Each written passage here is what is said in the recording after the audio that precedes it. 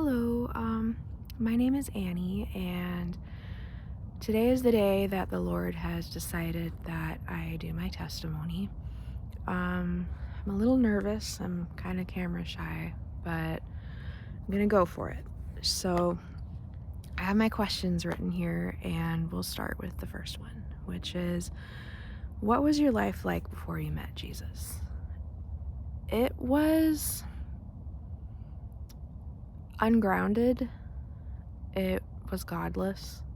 And I got sick when I was young, about 27. And when you're young, you don't really think about mortality. And so I never really gave God much thought. I did when I was younger. I was very interested in knowing about the afterlife and if there was a heaven. But as I got older, it was something that I just kind of forgot to really question into. I was a very, very angry person, and I had a lot of bitterness, pent-up bitterness that, how to put it, when you think your life is supposed to go a certain way and it doesn't, and you kind of hold on to an image of what you think it should be like, and the accumulation of doing that for many years and how it can set you off track from what is right there. So when I met Jesus, I didn't know it was Jesus. I had gotten an autoimmune disorder, and I was living in the city, and the doctors weren't really able to figure out what was going on. My teeth got really loose, and I lost all the hair off the top of my head. My feet and hands would turn purple. I would get really bad panic attacks, and I felt very weak. And I was delusionally bitter. And so I started lashing out, and taking out my fear, my lack of responsibility for myself onto other people.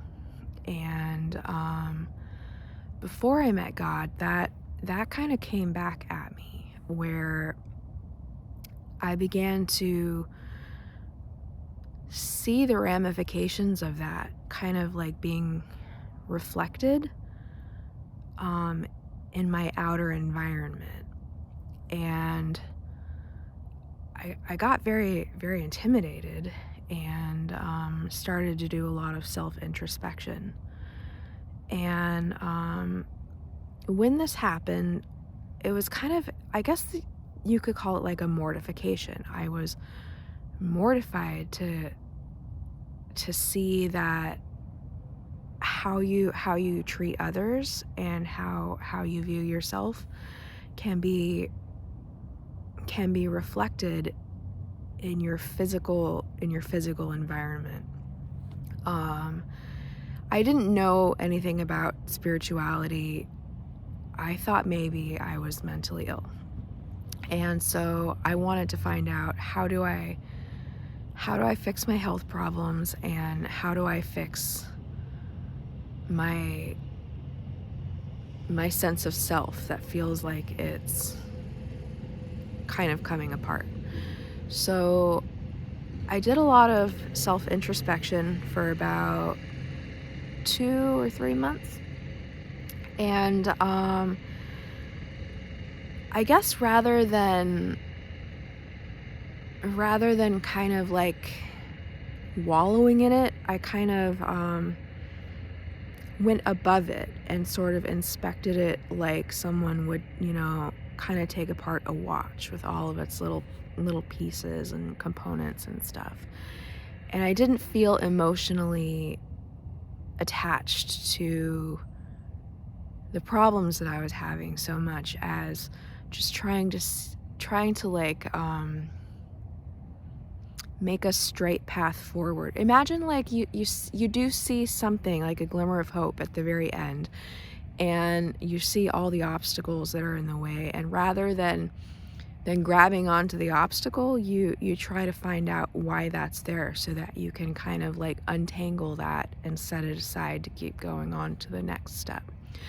So I did that very, very meticulously for about 3 months. And then when I got to the end of that, I was listening to a song when this happened, and I just realized what's preventing me from accepting reality is that I'm not accepting that I'm sick. And it was something that was in my reality that I never thought would happen. And I'm afraid of death. And so that fear came up, and I just sat with it. And I didn't run from it. I didn't try to create a narrative of how it could be different. I just sat with it, and this beautiful song was playing. It was called Emancipator's Greenland. And the image that was chosen was of mountains in blue mist with moss on the rocks. And I just breathed and felt gratitude and appreciation for the fact that that exists, that beyond these problems that I was feeling, that there's, like a bigger picture,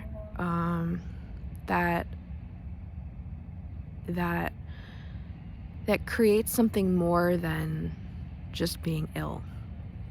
And so when I did that, it's kind of like I met God in the middle. Like I reached forward with gratitude and acceptance and presence, and mixed with letting go of a lot of these layers of delusion. It was like he was just there, and it was like this all pervasive clarity. Like it is like a living water. It's like colors are more bright. You see as you look around that there's life, and it's truth. He's truth and love. And he said he speaks in your heart, and you can feel the intention as words in your heart. And he said, I am God, I exist. And it was like I knew. It's like, okay, you're always there. It's just that, life and doing stuff kind of clouds it over a little bit. And then the song ended, and I put on another song called Reaching Out. And someone had put a compilation of, it was almost like a bunch of screensavers, but within this experience, it was like he was showing me how organized reality is. That every gnat, every germ, every experience, it's all like this great multi-dimensional dance. That while you're a human, you're kind of stuck within your experience, your time, but there's all these other layers, and it's like becoming aware of the fact that you're a leaf on a tree, and you can feel all the other leaves that are also connected to the tree. And you feel the veins of yourself, your own expression of life, and how even something like having a really serious undiagnosed illness, that it can allow for a witnessing opportunity. And it was like having life flow through all of time just for that one meeting point where life was never restricted. And then me, myself, my understanding of my place was just for a bit of time more expanded. And then I put on another song called Emancipator's Dusk Till Dawn, and I could hear in the chorus angels. Angels and everybody's soul, everything that ever is or will be just now. There was no death, it was just all right now. And God was like kind of in the center. There was like a central point of love, and it was like this feedback loop of glorifying and love. And it just kept going forever. And I felt very stationary, like I could feel life flowing around me, and that time was something, always kind of moving, kind of like I felt like I was on a wave, and I could feel it flowing, and I realized that there was no death, and that it was an illusion. And I was congratulated for making this discovery. And then it just kind of faded away. And I got some oranges and peeled them. And the flavor was more pronounced. A lot of my rumination was gone. And I went outside and took a walk at night, and I realized how lucid life and consciousness is. That like we're so used to living and existing in a certain way that when it changes, it can be so much more clear, I guess is the best way to put it. So after this experience faded, I had a few more. One experience of my soul family, and it felt like I was connected to a group, that there was God, and then kind of all these empty spaces. Well, not empty, but like, because it wasn't a visual experience. It felt like I could feel like other consciousnesses, like circles, grapes all around me. And it felt like very cozy and nice. And then I tried searching for years to keep these experiences growing. And I got into New Age and shamanism and a few things like that. And I had a lot of spiritual encounters with different beings. And this is where it gets kind of tricky, is that you don't want that. It's kind of like you get activated, and there's like a ping. And then if you don't have a teacher, you can get stuck following things that are not safe. The spiritual realms are really something that if you don't have, guidance, it's something that you don't want to navigate on your own. But I felt not so much compelled, but that I thought I was preparing, to pass on. And I was trying to be in the right way with myself and with reality. And it's like everything came back, but it came back in a strong and negative way. And I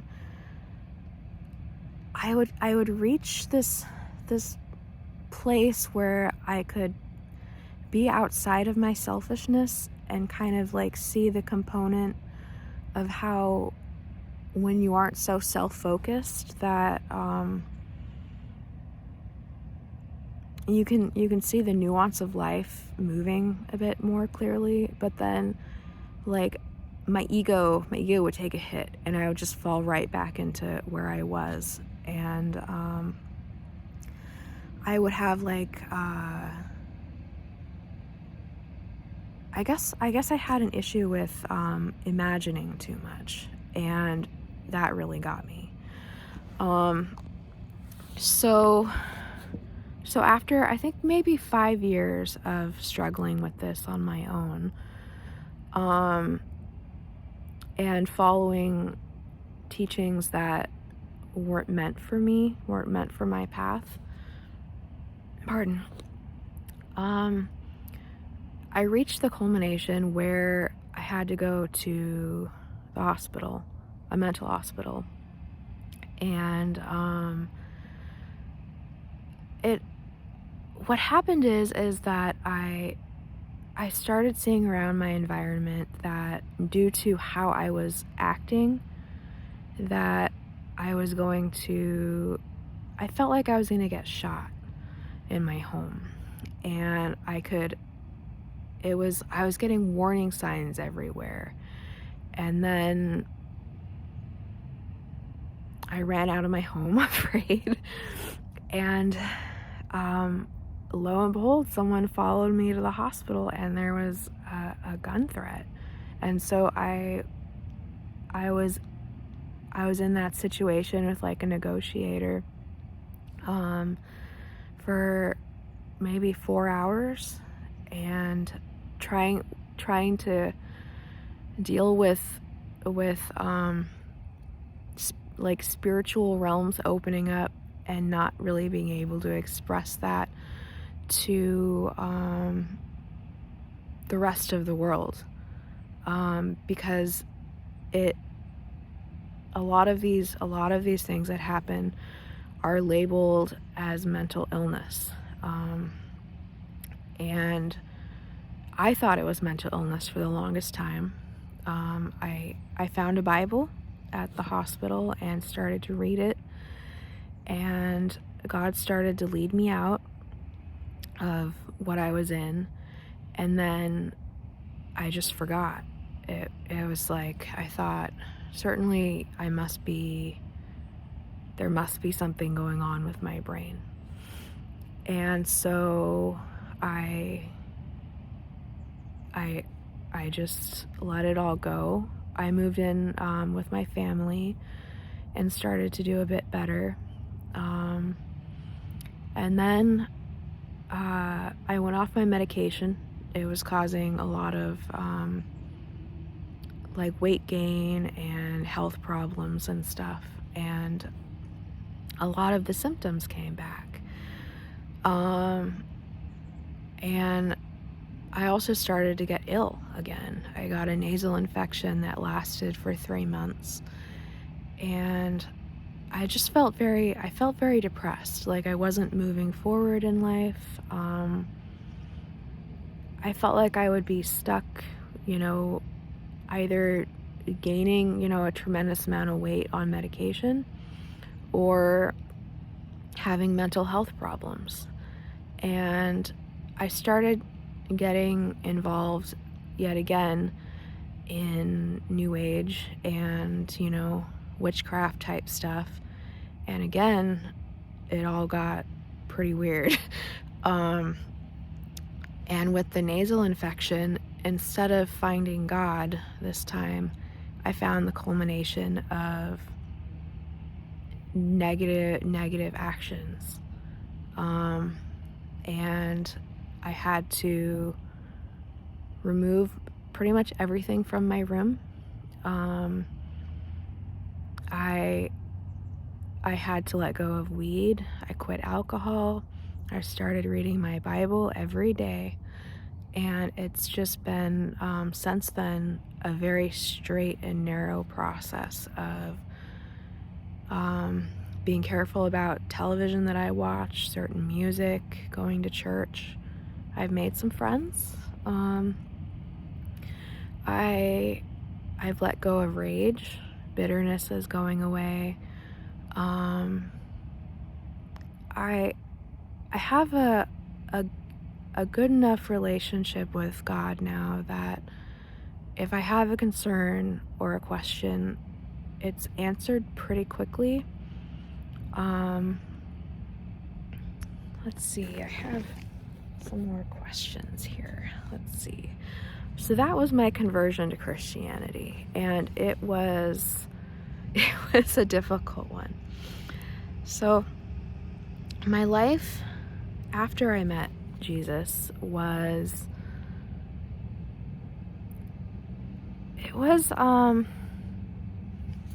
a lot of questions were answered about what direction I needed to go in, how to behave, how to heal, how to navigate having a gift like channeling, I guess, and just keeping it, just on the Lord, and really not letting anything else in. How else? Let's see here. What was your life? It's been pretty good. I would say February 4th will be the day that all of that kind of culminated, and I changed my ways very quickly. And it's like having guardrails while you're navigating life, and it's helpful. He's so helpful. Who is Jesus to you?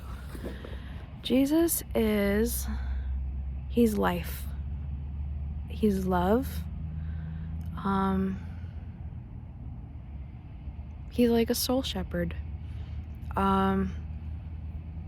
Like your life is like a poem or a constellation, and he has all the little areas you're gonna go for that day, that week, that year, your whole life. And he can guide you back if you go a little bit in the wrong direction, and it's always good. Jesus is just like an all-pervasive, flowing love, life, like the tree of life. He's God's son. He's the savior of everyone's soul. There are some currents, that people don't realize they're there within culture, society, that don't start with you. They don't start with your grandparents. They're ancient, and there are a lot of different things that are vying to try to move your life in one direction or another. And television, internet, music, art, all of that influence. And Jesus is the good shepherd. He's the one that keeps these currents that want to consume aspects of your vitality, and he keeps that safe. Let's see here. The advice to people who are where you're at before you met Jesus. My advice is, if you are someone with a spiritual gift and it's starting to develop, don't turn to New Age, don't turn to shamanism, witchcraft, anything. Turn to the Lord, because he's the one that's going to teach you. And when you use the Bible, your outer world will match up with what God is telling you. So as you follow it very closely, you'll begin to see your purpose in life, and what God has in store for you, and he'll clear out a lot of stuff. If you have issues with regret or rage or depression, if you feel like you aren't important, he'll teach you that it's such a beautifully intricate thing, that every single person is so supremely important to his design. I would say a good prayer life before bed when you get up. Definitely let go of anything that holds you back. Unforgiveness, pain, regret, drugs, alcohol, anything that is causing negativity or is keeping you from getting close to God's love. And probably one of the biggest things when following the Lord is you look with your eyes, but you see with your heart. When you look around you, you take it in and you keep your heart open with gratitude and appreciation, no matter what happens, whether it's a bad day, a good day. Try to find those little bits of heaven, and keep your heart open. Don't close it, and it will draw you closer to God. So that's my testimony, and I hope that you guys enjoy it. Have a good day.